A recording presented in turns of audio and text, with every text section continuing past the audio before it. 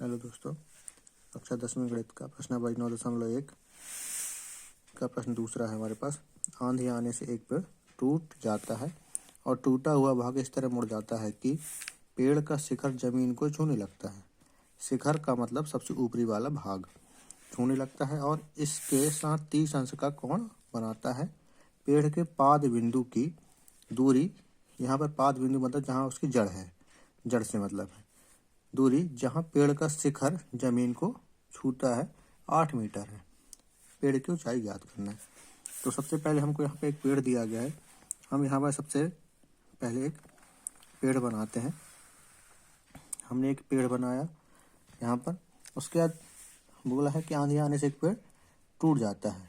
तो अगर ये पूरा का पूरा पेड़ है, ये आंधी आने से इसका ऊपरी भाग टूट जाता है, तो हम मानते हैं यहाँ कहीं से वो टूट जाएगा।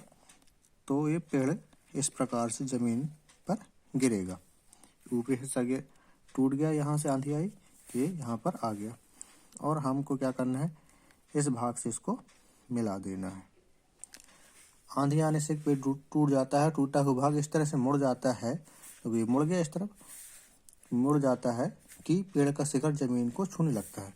मतलब जो शिखर ऊपर वाला भाग है, ये देखो यहाँ पर ये जमीन को छूने लगा और इसके साथ 30 अंश का कोण बनाता है। जब यहाँ पे ये छू रहा है, उसके साथ कितने अंश कोण बना रहा है, 30 अंश का कोण बना रहा है। तो हमने लिख दिया। अब पेड़ के पाद बिंदु मतलब ये जड़ वाला भाग, ये जड़ वाला भाग, दूरी जहाँ पेड़ का शिखर जमीन को छूता है 8 मीटर है। यहाँ से यहाँ पर इसकी दूरी कितनी है, 8 मीटर। हमने ये दर्शा दी, 8 मीटर। उसके बाद पेड़ की ऊंचाई हमको ज्ञात करना है। तो हम यहाँ पर सबसे पहले इस पेड़ का नाम देते हैं। ये बिंदु P हो गया और ये वाला बिंदु हो गया Q। क्लियर है। अब इसके बाद जहाँ से पेड़ टूट रहा है उस बिंदु को हम नाम देते हैं R, और जहाँ पर इसका शिखर आ रहा है इस बिंदु को नाम देते हैं S। ये हमारे पास 4 बिंदु हो गए।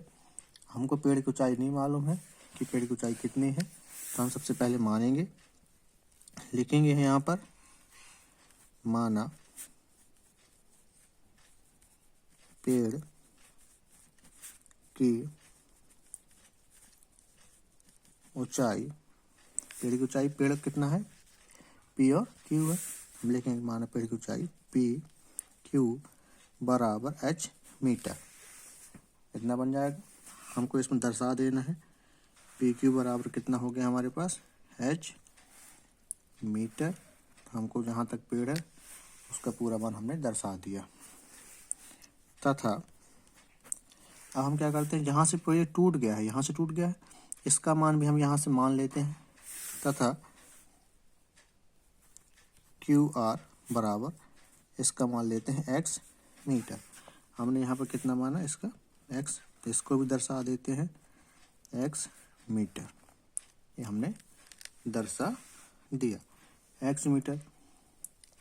अब हमको यहाँ पर सिर्फ इसका मान नहीं मालूम है, तो इसका मान हमको ज्ञात करने के लिए क्या करना होगा, PR का मान ज्ञात करने के लिए टोटल ऊंचाई में अगर हम इस X को घटा दें, टोटल ऊंचाई कितनी है, H, तो H, ठीक, हमको क्या घटाना है, X को, तो X घटा देंगे तो हमको ये यहाँ से लेकर के इस बिंदु तक का मान पता चल जाएगा। कितना हो जाएगा, H माइनस X। तो हम यहाँ लिख सकते हैं कि PR बराबर कितना हो गया, H माइनस X मीटर। ठीक। अब यहाँ पे आप देख सकते हैं कि ये समकोण त्रिभुज बन रहा है। तो आपको लेना होगा समकोण त्रिभुज। लेते हैं समकोण त्रिभुज, देखें RQS, लिखेंगे RQS में, RQS में। तो यहाँ से जब इतना मान H माइनस X है, तो ये वाला भाग टूट करके इस वाले में आ गया, तो इसका मान भी हो जाएगा कितना, H माइनस X। तो हम लेंगे समकोण त्रिभुज कि RQS में tan का सूत्र लगाते हैं, tan। अब tan हम इस S बिंदु की बात करेंगे। tan यहाँ पर कितना है, S, tan S बराबर, tan का सूत्र होता है लंब बटे आधार। तो लंब यहाँ पर कितना है, R क्यूब लिखेंगे, आर क्यूब। आधार कितना है हमारे पास यहाँ पर, क्यू एस लिख दिया। 10 एस कोण का मान कितना है हमारे पास 30 अंश। आर क्यूब का मान कितना है हमारे पास एक्स। क्यू एस का मान कितना है 8। हमने लिख दिया 10 30 का मान त्रिकोणमिति सारणी से 1/वर्गमूल 3 रख दिया, और x/8 है तो x/8। अब हम यहाँ पर देखें बटे में 8 है, पक्षांतर करेंगे तो कहाँ हो जाएगा, गुणा हो जाएगा इसका, तो ये मान बन जाएगा x बराबर 8/वर्गमूल 3। 8 को पक्षांतर किया, एक के साथ गुणा हो गया तो 8, और बटे में वर्गमूल 3 है तो वर्गमूल 3। ये हमको x का मान मिल गया। इसको हम लिखेंगे समीकरण नंबर 1। अब हम इसी त्रिभुज में लेते हैं कॉस लेते हैं।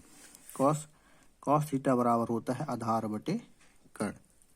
कितना होता है कॉस थीटा बराबर आधार बटे कर्ण। तो इस कोण की बात करेंगे, कॉस एस बराबर आधार कितना है हमारे पास क्यू एस, और कर्ण कितना है हमारे पास आर एस। क्लियर। अब कॉस लेते हैं एस कोण का मान कितना 30 अंश। क्यू एस का मान कितना 8, और आर एस का मान कितना h माइनस एस लिख दिया हमने, h माइनस एक्स। कॉस 30 का मान हम यहाँ रखेंगे, कॉस 30 का मान होता है वर्गमूल 3/2 बराबर चिन्ह लगाया 8/h माइनस एक्स है तो h माइनस एक्स लिखा।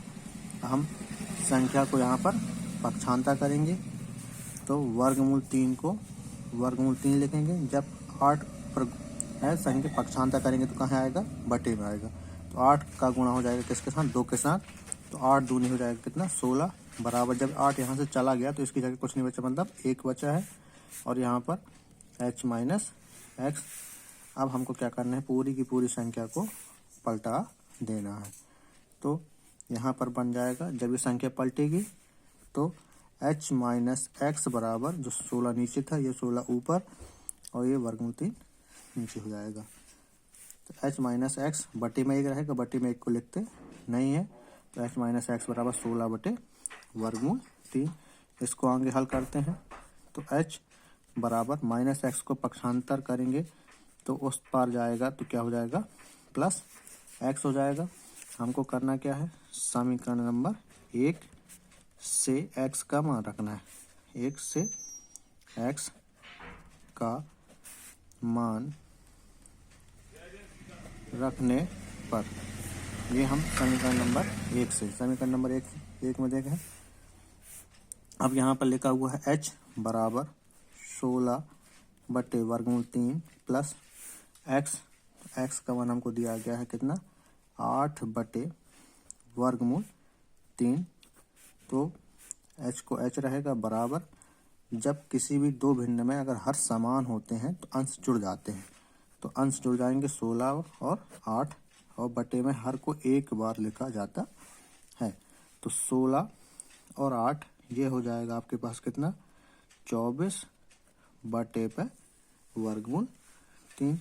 अब आपको करना क्या है, यहाँ पर h बराबर आपके पास मान आया कितना 24/वर्गमूल 3। अब आपको हर का परिमेयकरण कर देना है। तो हर कितना है वर्गमूल 3, इसका परिमेयकरण अंश और हर में गुणा हमने कर दिया। सामने सामने गुणा होगा तो ये हो जाएगा 24/वर्गमूल 3। वर्गमूल 3 का गुणा जब वर्गमूल 3 के साथ होगा तो ये हो जाएगा 3 से काट दें। 3 की दुनिया जब 8 बार पढ़ेंगे तो हमारे पास h बराबर 3×8 = 24, और ये वर्गमूल 3 का वर्गमूल 3 मीटर। ये h का मान आ गया। पेड़ की जो ऊंचाई है उसका मान आ गया h बराबर 8/वर्गमूल 3। धन्यवाद। वीडियो पसंद आए तो वीडियो को लाइक करें, शेयर करें और सब्सक्राइब करना चैनल को ना भूलें।